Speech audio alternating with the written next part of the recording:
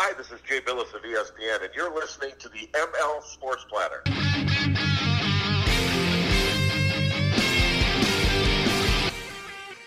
And the ML Sports Platter is back with you all over the major platforms.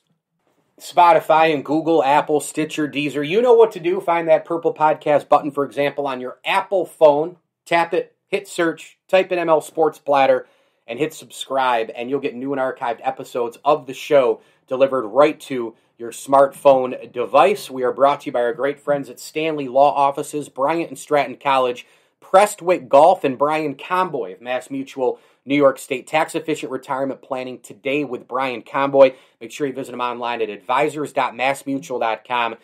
I'm telling you, get your financial future in order today with Brian. He opened our eyes to a bunch of new things. We're super pumped up to be with Brian. Go see him, advisors.massmutual.com. Schedule that first meeting, pick his brain, see what he can offer you. And of course, he's on Facebook and Instagram as well. Brian Comboy is the official financial advisor of the ML Sports Platter. So this is going to be a kind of a fun, unique show. I'm going to do kind of a two-topic deal here. At the back end of this episode, you're going to hear a little crossover from my Bills Brawl podcast, where I break down, and evaluate the 2021 Buffalo Bills schedule. We'll do a little crossover there. And before I do that, though, I want to focus heavily on the state of the Toronto Maple Leafs, because the Maple Leafs are truly, right now, one of the great organizations historically in sports, yet they are so not relevant, if that makes sense, right? They remind me of the Chicago Bears, historically old NFL team, George Halas and company. Okay, but what have you done for me lately? They haven't done anything. They haven't won a Super Bowl in 33 years or so, right? Going back to 1986. The Dallas Cowboys, historically amazing franchise, of course, tons of Super Bowl wins, etc., but really haven't done anything since 1993. By my math, that's 26 years ago or so, 26, 27 years ago. In a way, they're like the New York Yankees, right? Ridiculously great history, although the Yankees have knocked on the door at least deep into the postseason the last couple of years, but they don't have a World Series appearance or a World Series win to show for it. Kind of the same deal with Toronto. Toronto hasn't won a playoff series really since 2004. They haven't won a Stanley Cup since 67. And if you remember back in 93, they were in the West Finals. Really, really good team. That was a Doug Gilmour-led team. I think Felix Potvin was on that team. They've had really good players. They lost to Wayne Gretzky and the LA Kings, who ended up losing to Patrick Watt and the Montreal Canadiens. That was the last time Toronto was really, really deep into the postseason. This franchise right now, I mean, they had a pretty good regular season. They played, in that North Division, which, again, it's the Canadian division as far as I'm concerned, against the Winnipeg Jets and the Canadians and Edmonton and Vancouver, etc., Calgary. It was the North Division. It was a Canadian division, in my opinion. But what do the Maple Leafs do, right? Like, where do they go from here? And for me, it's really simple. When I watch the Toronto Maple Leafs, I don't see a team that's built for the playoffs. When you watch Stanley Cup champions, recent years, Pittsburgh, Chicago, Tampa, sure, they've got the superstar players, the better players are better than yours, right? Goaltending, they're better on special teams. They have those three things, but the fourth thing that you need in order to make sustained runs in the Stanley Cup playoffs, you got to have depth. And, depth/balance. And the Maple Leafs just don't have that. Like, even the Chicago Blackhawks, they had, great third and fourth lines after Taves, after Kane, right? They had balance with defense and goaltending and scoring, right? They could kill penalties and be good on special teams. Depth and balance helps those things out. Those are the ingredients you need in the postseason. I also think the Maple Leafs goaltending is pretty shaky. But they don't have a lot of going on defense. They don't have a lot of offensive depth either. You look at the Bruins. The Bruins kill you with 4 lines. Yes, every time it seems as though, you flip on the television, you watch a game with Boston, Bergeron, Marchand, Pasternak, they're scoring all the time. All the time. But they also have a ton of other guys who can kill you. And it goes all the way to the 4th line. And, Tampa, a team that was knocking on the Stanley Cup door, right? Over and over and over again. Big-time superstar players coming up through the minor leagues. I know, I saw a lot of them with the Syracuse Crunch. Braden Point, Palat and company. You have Cirelli. You've got Tyler Johnson. We know they're led by Kucherov. They've got the veteran Stamkos, who's probably a Hall of Famer. You've got Victor Hedman, the best defenseman in the NHL. You've got Vasilevsky between the pipes. You got all those pieces. Matthew Joseph, right? You're young, you're good, you're flashy, you're great on special teams. You've got the guys cleaning up and winning the awards, right? You're getting Kucherov, Hedman, Vasilevsky, right? That's the best at their positions, arguably. Guess what? Tampa didn't win until they got dirty, right? Until they got gritty. Until they went out and got Patty Maroon. Until they went out and got Coleman. Until they went out and got these guys to get in there and get in the trenches, get in front of the net, get dirty, and get rolling. And, frankly, Toronto needs some of that. This team has a really a wealth of outstanding talent. There's no disputing that. I mean, everybody knows how good these guys are. Everybody knows how good Austin Matthews is. Austin Matthews, in my opinion, is probably a top, 5 to 8 player in the NHL. I mean, the guys I have over him are probably only McDavid, in no particular order, but like McDavid, Draisaitl, Nathan McKinnon for sure. Pasternak I would actually put ahead of him too. But man, from there, you could argue him against pretty much everybody, right? Like, those are the only real... I mean, Kucherov I'd probably put right there as well. But, like, Matthews has put it this way. He's a slam dunk top 10. Mitch Marner is probably a top slam dunk top 15, no more than 20 on this team. And you've got Johnny Tavares as well, who you gave a huge contract to. You got $37.5 million. Is that about the number, right? Annually? Locked into those 3 guys. And by the way, this year... they did bring in a veteran in Joe Thornton, and I understand that. The 41-year-old was great for that team this year. I thought that was an awesome move. And you could clearly see that the guys, reacted to him. But that's not enough. And they got a real unbelievable year of Jason Spezza. He went back in the time machine to his Ottawa days and literally just had an unbelievable career renaissance. I mean, at age 37. I mean, he was spectacular. He really was. And that was probably unexpected, I mean, Spezza at times this year, he looked like that 90-point Spezza. Remember those years, 2005, 6-ish, right? 7, 8. He looks really, really good this year. Really good. But here's the thing. How many centermen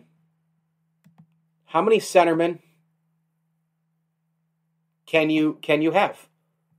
How many of the same player can you have? How many star forwards who score, don't do a ton else, how many can you have? It's like I've been saying a million ways to Sunday about the New York Yankees. Too much reliance on the home run and too much reliance from the right side. Voit, Judge, Stanton, Torres, Frazier, right? They're all hitting from the right side. They're all right-handed hitters. They're all, for the most part, mashing for power, for the most part.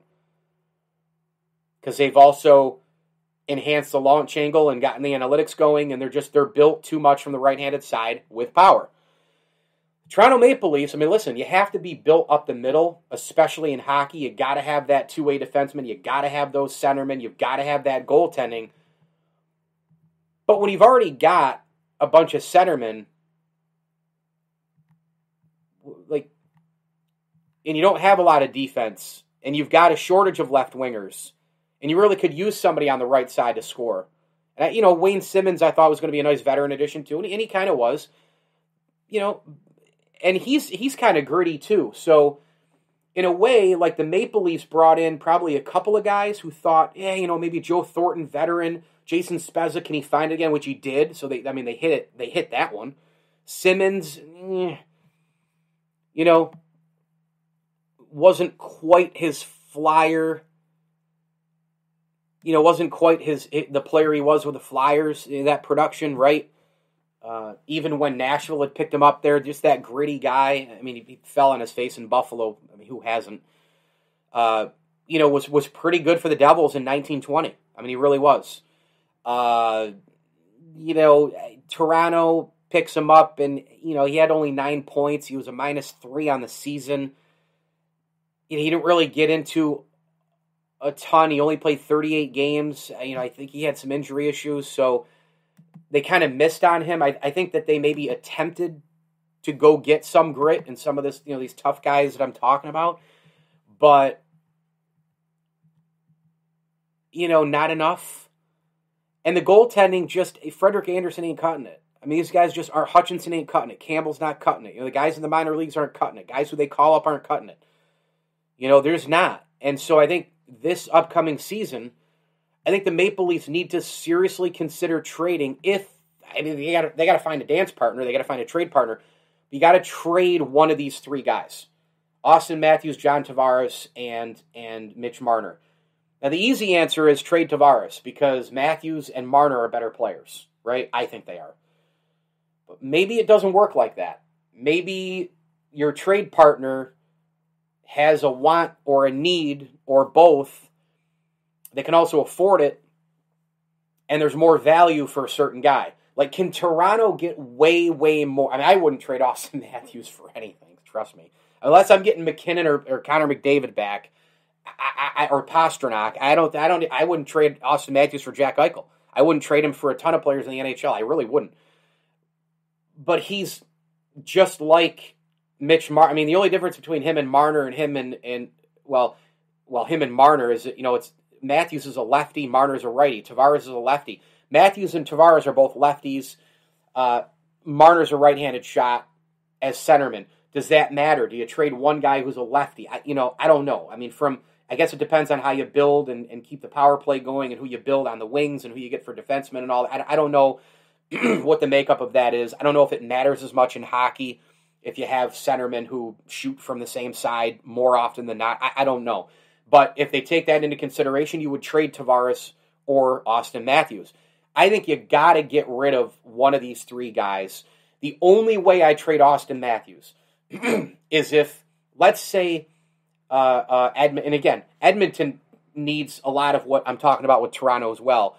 But let's say, or even a Colorado, right? In Colorado, let's say, I think they're going to make a deep run in this playoff. They could lose to Vegas, but Colorado's going to be around for a long time. They got Nathan McKinnon, they got Landeskog, they've got Rantanen, they've got solid goaltending, it seems to be, with Grubauer and company. They've got Cal McCarr, a franchise defenseman.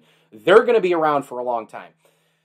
What happens if Colorado, and I don't know their cap situation, but Colorado adds to what they've already got, right? Like almost like a Vegas situation. Go to the Stanley Cup final and they keep adding, and they're just continuing the locomotive. Would Colorado make a play for an Austin Matthews? If Austin Matthews gets acquired, who do you get back if you're Toronto? It better be a haul, right? It better be like, I mean, maybe it's Cal McCarr, right? Like, and they're not going to trade Cal McCarr, but you get where I'm going with this.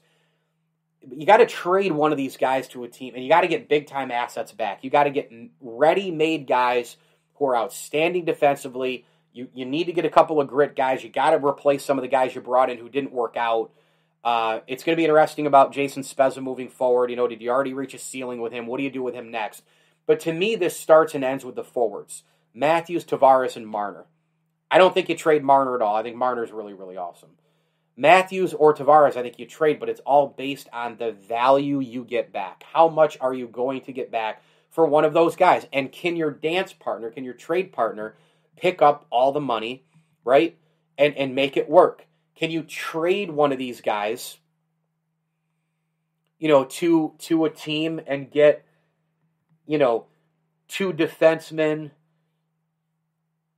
maybe a left winger or a right winger by trading a Tavares. It then frees up money to go get a goaltender. Maybe you go make a play for someone in the offseason there. You have to make a play for a goalie. You got to get better defensively. You need another left winger who's going to actually produce. And you need a right winger who probably is going to produce as well. And by the way, they don't have a lot of depth at right wing. I mean, the Maple Leaf roster has 4 right wingers, right? And these guys just aren't cutting it, Wayne Simmons included. And he's not a scorer. On the power play, it's kind of like if they get a goal from one of those 3 guys, great. If they don't score. These left wingers aren't cutting it either. Robertson, Hyman, Foligno. I mean, these guys, Rich Kloon. I mean, these guys they're not cutting it. So I would trade one of those 3 guys. I wouldn't trade Mitch Marner. Austin Matthews is as untouchable a player in the NHL. I mean, 23 years old, MVP candidate, size, speed, skill, unbelievable prototype athlete in today's NHL. He's as close to untradeable, but again, because of the way your team is made up, I would look at trading him depending on the value back. The only way I trade Austin Matthews is depending on if I can get that gold package. Same thing goes for Johnny Tavares. If I can get the gold pack, well, not quite. I would trade Tavares before I trade the other 2 guys. But if you get a gold package for Matthews, which you can't get for Tavares, you might have to move him and build your team with more depth, more grit, and all the rest to make a Stanley Cup playoff run. The ML Sports Platter is brought to you by Liverpool Physical Therapy, Ken's Auto Detailing, CNY Electrical, and our great friends at Rosie's Corner. If you're in and around Central New York, head on over to Rosie's for Fish Friday. Pizza wing combinations are available. Gift cards available for Dad as well at Rosie's Corner, a proud ML Sports Platter sponsor. You can get that mac and cheese, coleslaw, or French fries with a fish entree or the sandwich style for lunch or dinner. And oh, by the way, they do have mac and cheese on Thursdays as well. Pepsi products in the cooler, salads, desserts to go, and more. Go get to Rosie's Corner, right off the Bartell Road exit in Brewerton, right in front of the Brewerton Bridge. Rosie's Corner is a proud ML Sports Platter sponsor. All right, here you go. A little crossover podcast from my Bills Brawl. I do that here and there. If you miss one, you can catch it on the other side.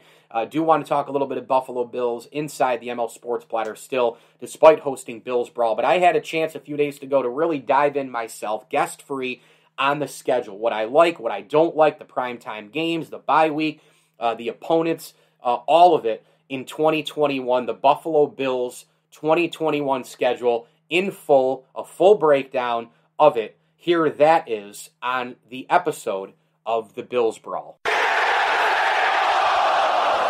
You're listening to a Brawl Network production.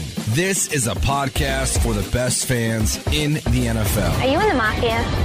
Am I in the what? It's time for a Bills Brawl podcast. 2nd down and 7. Kelly with the time. Touchdown! Bill Brooks. Allen. Deep shot. Touchdown! On the line to Stephon Diggs. And Thurman breaking tackles at the 22. Inside the 10. Touchdown Buffalo.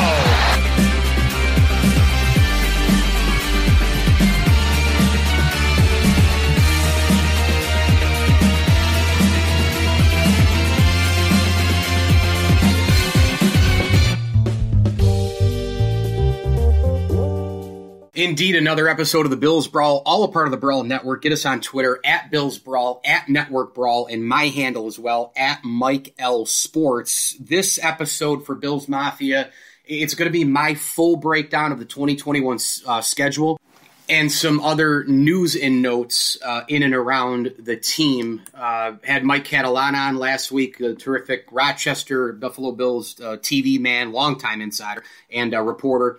Covering the Bills to talk about the schedule. I've given a few thoughts here and there, but really wanted to dive in, to the schedule in full, kind of give my overall thoughts here. And I think when you look at the schedule right out of the chute, it's easier than last year's. It's not easy week to week, right? But it is certainly easier than last year's. I don't think there's any doubt about that. The Bills quickly get through a few preseason games. They're at Detroit, at Chicago, and then Green Bay at home. And then we have a situation where I think it's quite possibly, the most perfect home opener that you could imagine. I mean, Pittsburgh is a team that the Bills, I think the cities are incredibly close, not just in geography, but as far as fan bases, that blue-collar feel. The difference, of course, is Pittsburgh's won a ton more titles. But Pittsburgh's looking to come back a little bit here, this year. That's a tough division. How much gas is left in the Ben Roethlisberger tank? There will be a lot of Steeler fans in the building from the Steel City and everywhere. I mean, Pittsburgh, the Steelers are a national brand. They're a huge franchise in this league, and it's just a few hours away from Buffalo. I cannot imagine that opening game with the fans being back, how loud it is going to be. Bills Mafia back, coming off of last year's great season, one win away from the Super Bowl. I think this is going to be just a terrific, terrific game, and I think it's a perfect home opener.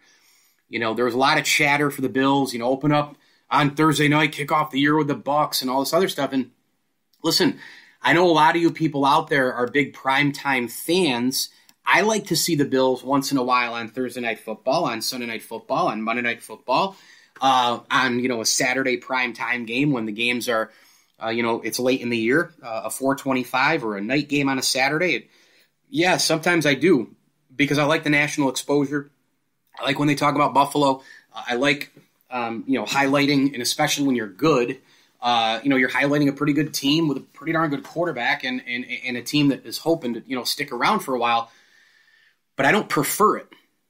I don't prefer primetime for a couple of reasons. One, I want the team to do really, really well. And I think being at home all the time at 1 o'clock, or even when you're on the road at 1 o'clock, Sunday 1 or Sunday at 4, you play on Thanksgiving again this year. I'll get to that game in a minute against New Orleans. But, when the Bills played against Dallas, that was a 4:25 game. They got done with the game. They were back in Buffalo by, 11 o'clock midnight that night, right? So there's a lot of, primetime opportunities that don't allow for that to happen. Plus, when you play on a Thursday, you automatically get those, you get Friday, Saturday, Sunday, and they don't play again, until the lap around, until that following Sunday in most cases. So, those are doable. But for the most part, I'm a bigger fan of the 1 o'clock games on Sunday because I want the team to do well, and coaches, players, etc. They like, they're creatures of habit. A lot of the players do like the prime time because they want to showcase, they want to show off.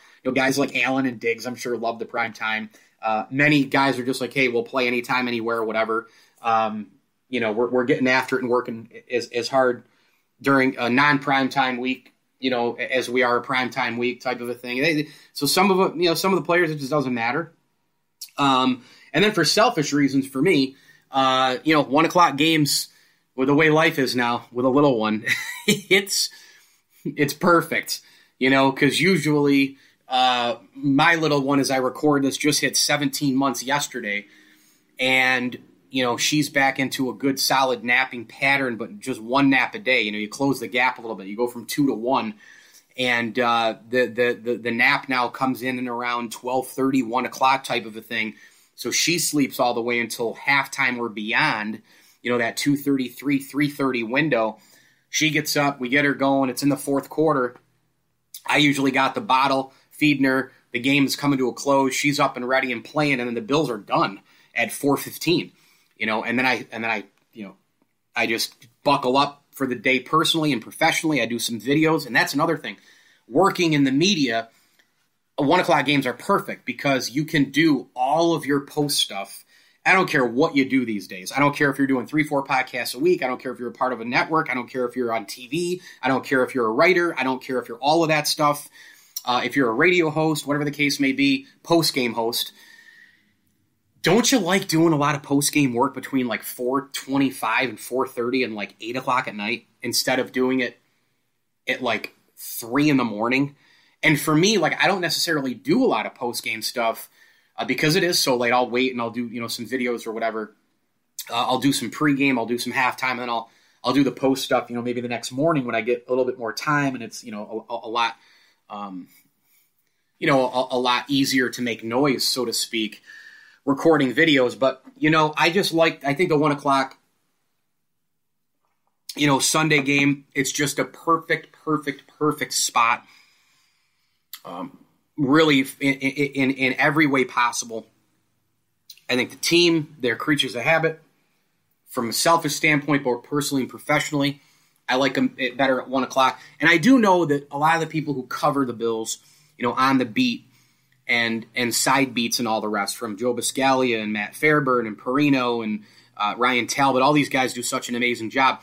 One thing that does stink is when the Bills play at 1 o'clock, you're missing all the other NFL action for the most part until probably Sunday Night Football. You get around maybe like at halftime of that game to maybe check some highlights, read some storylines, maybe read some out-of-market stuff for next week. What happened in what game, the Bills' next opponent, did they play, did they win, did they lose, how'd they fare, any injury. I mean, there's so much that goes into covering the NFL and beat guys. I could see there being some frustration with 1 o'clock games. Where if the Bills played Sunday Night Football, you're watching football all day leading up to that game. Kids are in bed, you can watch it, and then you can do your work post, but then 3 o'clock rolls around, you're still working 2, 3 in the morning, and then you got to get up probably at 6:37, your kid's getting up. So I could see one thing working. It's a give and take, right? One thing works out, and then the other thing doesn't, right? Like, you can't watch all the football if you're a Bills beat person, if the game's at 1 o'clock on Sunday. But when they're on late or they're on a Monday Night Football game, you could see all the Sunday games. You could focus in. You could buckle up. By the same token, you're working late. Throws off the schedule a little bit during the week. So, everybody has their own thing. I think this schedule, though, is a really nice blend. I do. After week 1, the Bills go at Miami. That's going to be a really tough game. I think the Dolphins and Jets and the Pats are all going to be significantly better in this division. So that'll be a tough one. Then they have 2 more 1 o'clock games, and they're both at home. That's Washington football team at home and Houston at home. Now, Washington's defense, led by Chase Young and company, and they're very, very well coached in Ron Rivera, they're really good. Ryan Fitzpatrick at the helm now at quarterback. Again, I think that's just a Band-Aid for this football team. They've got to, at some point, and trust me, all of us as Bills fans know how hard it is, to find that quarterback, in terms of the franchise label. But, they really need to go find one. They do. They have to. This should still be a win at home. The Bills starting out, Pittsburgh at Miami, Washington at home, and then Houston at home before the biggie on Sunday Night Football at the Chiefs. The Bills need to start the year, I think, 3-1, possibly 4-0. You got 3 home games out of the chute. You're better than Pittsburgh. I mean, you're better than all these teams. You should be able to get after the quarterback big time in every spot. You should be able to create some turnovers. And I don't see any which way outside of Washington. Well, Pittsburgh's pass rush led by T.J. Watt and company. I could see them giving Josh Allen some trouble. But the Bills, and again, every year is different, but the Bills, know that defense and know everything that's going on. Should still offensively be able to put up points against anybody in this league. And I think that, you know what? It's one of those things where the Bills, you look at the schedule and the days of, and we even did it last year to a degree. Oh man, you got the Chiefs. Ooh, we got the Titans. Isn't it crazy you have them back to back again this year? Oh man, that opponent. Ooh, that team's going to be tough. Ooh, how are they going to stay? Well, the tables are turned on that, right? Like you could go with the Bills and say, geez, you got to deal with the Titans. You got to deal with the Bucs. You got to do. Okay, you got to go and play in the Superdome. The Bills were one of the top 4 teams in the NFL last year. They're bringing back everybody, including the franchise quarterback. They're in a really, really good spot. Now, will it be difficult? Absolutely. Can the Bills win 12, 13 games again? Sure. I mean, there's 17 games this season. It's going to be hard, but you don't look at any team in the NFL, any of them, except maybe Kansas City to a degree. I think Tampa, again, they're going to have the target on their back last year. All the rest, when's it finally run out for Tom Brady? Really, the only team for me that really, really strikes fear is Kansas City. And if you had to play them just because always they're a pain in the butt, Baltimore. The Bills beat them in the playoffs last year. I think the Colts are going to be really good. The Bills have them on the schedule. We'll get to that in a minute. But, this schedule is really good. It's, I think, when you look at the mix of 1 o'clock games, easier competition, harder competition, prime time, you got it all in this schedule, right? But I think right out of the gate, I think you got Pittsburgh, Miami, at Miami, Washington, and Houston. 3 of the first 4 games are at home. It's going to be crazy. The Bills are going to want to get out to a really, really great start.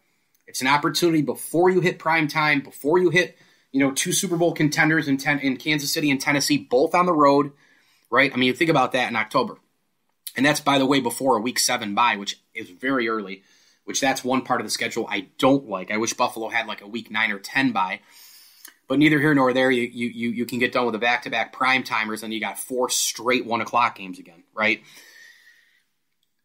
Chiefs, Titans, before 2 road games, 2 contenders, 2 primetime games. Start the year 3-1, 4-0. Right?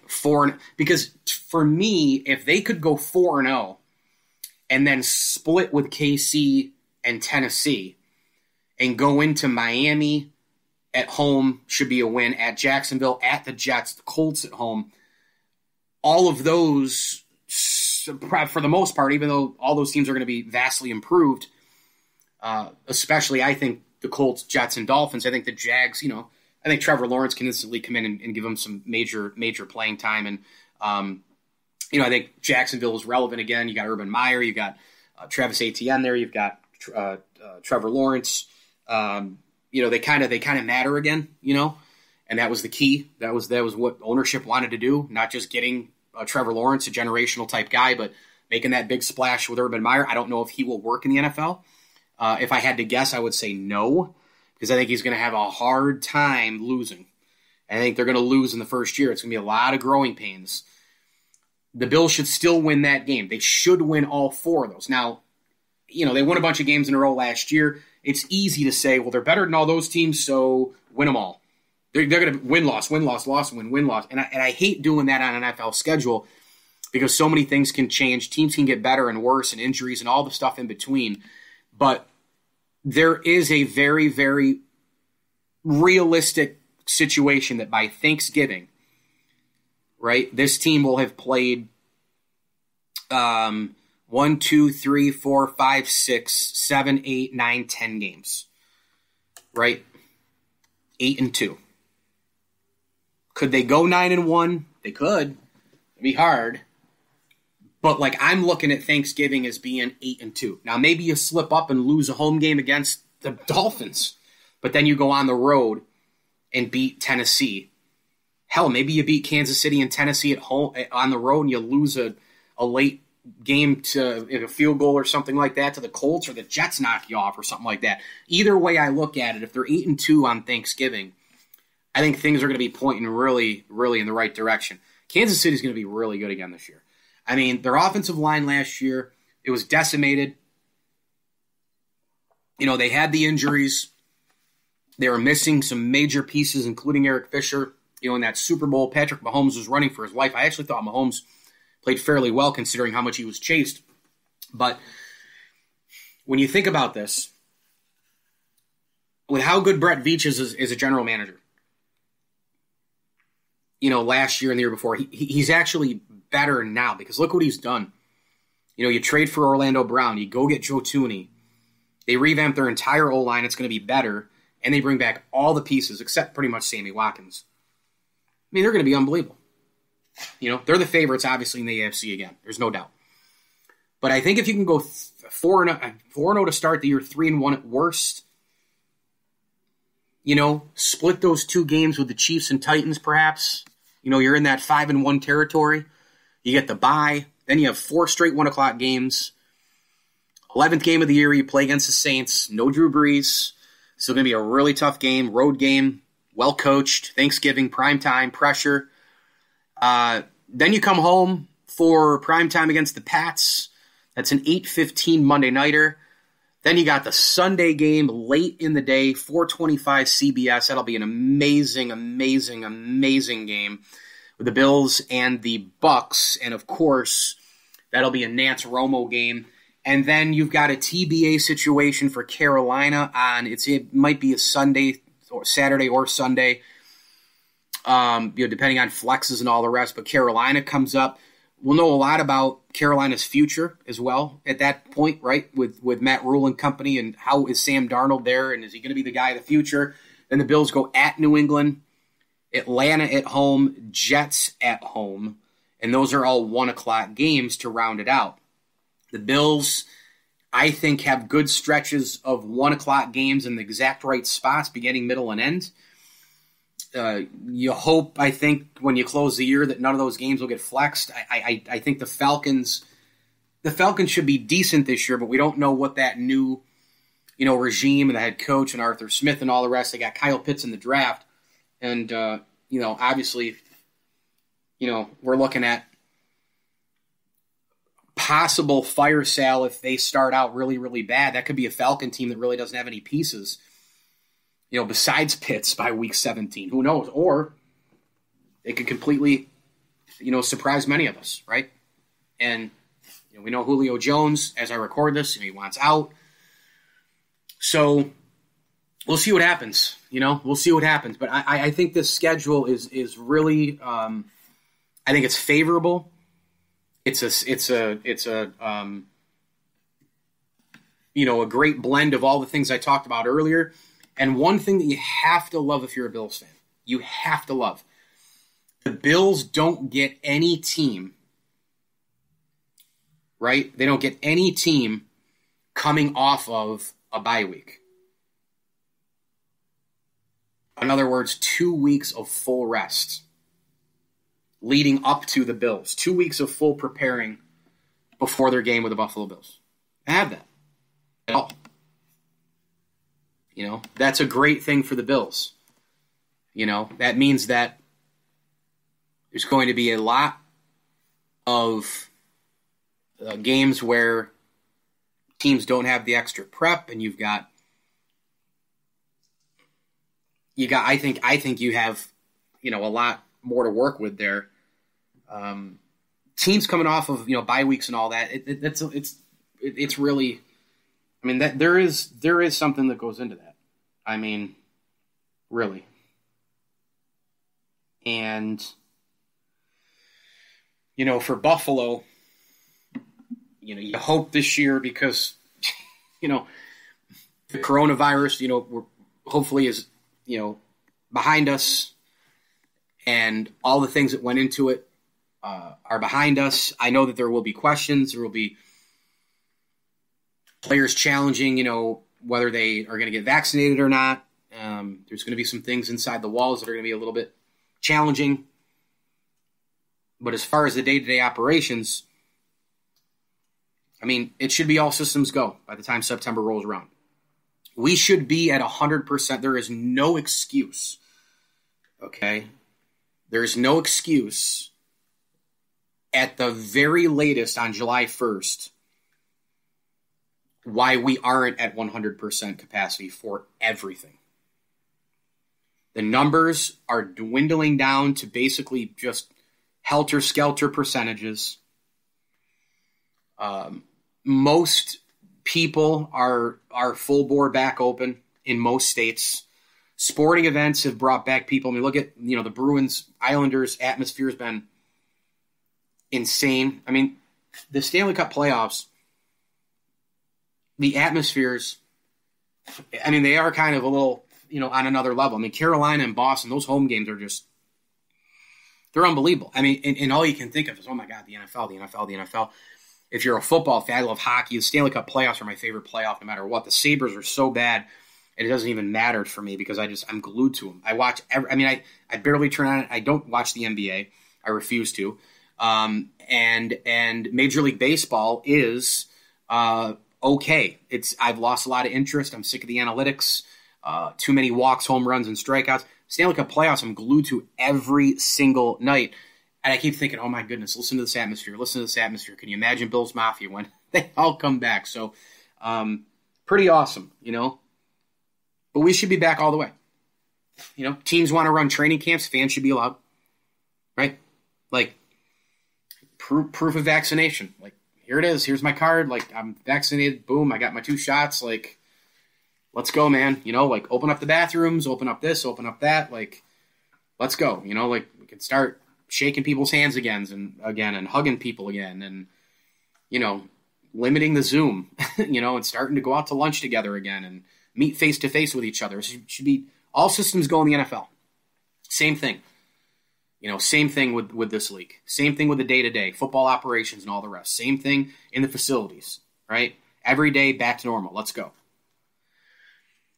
Before I sign off, Field Yates, the fantastic NFL insider for ESPN, had tweeted out that the Bills converted $11,718,333 of Stephon Diggs' base salary into a signing bonus, which creates just over $7.8 million in 2021 cap space. That's a good chunk of cap space for Buffalo to work with as the season draws closer. There are guys, the Bills want to work with in bringing people in, on a low budget. The first thing I think of, and this is a great deal for all parties involved because, Diggs gets that splash of bonus money all at once. It's enticing. The Bills save a lot of money. Diggs is buying in to obviously everything that they're doing. This also, if they're agreeing like this, if they're agreeing on something like this quickly, this easily, I think that really bodes well down the road for when they have to start to restructure some of Diggs' other, years on the contract, right? And we know Diggs is the key piece of the offense in terms of, just right after Allen because – look at what the offense did last year by adding Stephon Diggs, right? If they didn't have Stephon Diggs, Allen probably still would have put up pretty good numbers, but they wouldn't have done what they did without Diggs. Diggs was the key pickup, whether it was free agency or trade or draft or whatever. He was the key piece in the NFL, in my opinion. Him going to Buffalo, the way the offense changed, etc. His chemistry with Josh Allen on an immediate basis was huge. It was huge. But this is a big deal because the first thing I think of is Zach Ertz. I think of a player like Zach Ertz. I would have loved to have seen the Bills sign Hunter Henry. And I know Henry, he was a little expensive. He's on the Pats now, I get it. But I think he would have been an unbelievable fit in Dable's offense. Security blanket plus a red zone target. I think he would have had a career year in Buffalo. Just great place to be. But you know what? The Bills, they seem to be, for the most part, pretty happy with Dawson Knox and having some confidence in him. But if you get Ertz, obviously it just adds to the entire depth. It improves the position immensely. His value, I've read multiple reports, but his cap value, his cap cost, I should say, is in that $7.5 million type range. And I hear a lot of people get so dramatic about the salary cap, by the way. And yeah, is it there? Sure. Is it something to look at if you're paying your quarterback $35-40 million? Sure. But you can always find, whether you like it or not, you can always find, you can always find money somewhere. You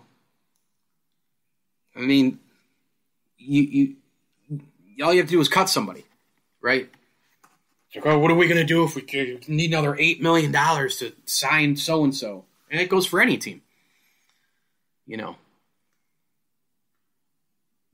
But who cares? He cut people. Now, what I will say is it's obviously not, it's really not productive. Let's use the Bills as the example because it is, after all, Bills podcast. If you really wanted J.J. Watt, the Bills could have broken the bank to get J.J. Watt. I'm glad they didn't. But let's say that they did do that. They could have done it. They could have pulled it off. People are like, oh, you can't bring in one. It's way too much against the cap. You couldn't have done it.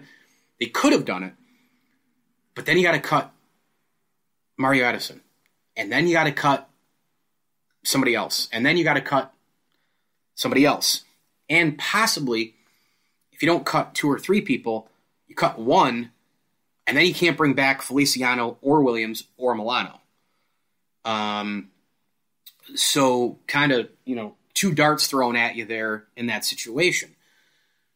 I'm really, really, really, really pumped that the Bills are bringing back everybody. I think it's awesome. I love cohesion. I love chemistry. I love, this group riding it together. I love the fact that they're all bought in. And, the Stephon Diggs news coming that I just mentioned, it just fits right into that puzzle. But the salary cap, I guess, to a degree, is a little overrated because you can always make room. You can always cut people. The problem is if, you make those cuts and you're not really, it doesn't fit your team. It doesn't help your team. You want to bring somebody in, but then you can do it, but but we got to part with these guys. So is it worth it? And then you got to come in the middle somewhere. You got to figure that out. So I'm super pumped for the season. I love the schedule. I really do. I think it's going to be a fun year. I got the Bills about 12 win team this year. I think they take a little bit of a step back in the win column. I don't think they're going to win 13 again, 13-4. Remember, it's a 17-game schedule. I don't see that happening 13 again. It could happen. It could. But I don't see it. I think they'll win the division. But I think they're going to have a lot of people coming at them. Dolphins better. Jets better. Colts better. Right? AFC across the board, a powerhouse. The Chiefs are the favorites. Ravens are there. Ravens made great moves in the offseason, as did Casey. Tennessee's going to be super tough. Chargers are going to be immensely better. And some of those teams I mentioned aren't on the Bills' schedule, but they're contenders for wild cards and division championships. So fun times ahead. Steelers at Dolphins, Washington football team, Houston, at KC, at Tennessee, bye. Miami, at Jacksonville, at New York Jets, Indianapolis Colts, at the Saints, Patriots at home, at the Bucks, Panthers, at Pats, Falcons, and New York Jets. That is your 2021 Buffalo Bills schedule. I'm Mike Lindsley. You've been listening to the Bills Brawl. Thanks so much, Bills Mafia. Make sure you follow us across the board at Mike L Sports, at Bills Brawl, and at Network Brawl, all a part of the Brawl Network. And as I always tell you, enjoy the games.